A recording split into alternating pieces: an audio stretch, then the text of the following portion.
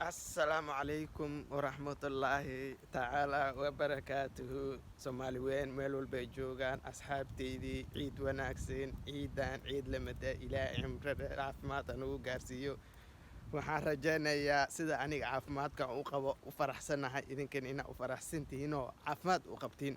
Maasha Allah, waxaan jeclaystay ina idin wada soo salaamo salaankan iyo laab hawada idin soo wada marsiiyo.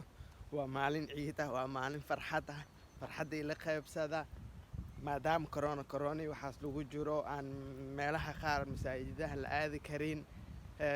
Aniga keligeygaan soo kacay family lama joogaan, soo keligeygaan iska tugtay alxamdulillah, ilaahay qof walba aqbal ugu dhigo. Haddaan soo kacay marka guriga hooyo ayaan u socdaa familiga, marka maalinta ha inay wacnaato فرحت وعيدة ما شاء الله تعالى. السلام عليكم ورحمة الله تعالى وبركاته.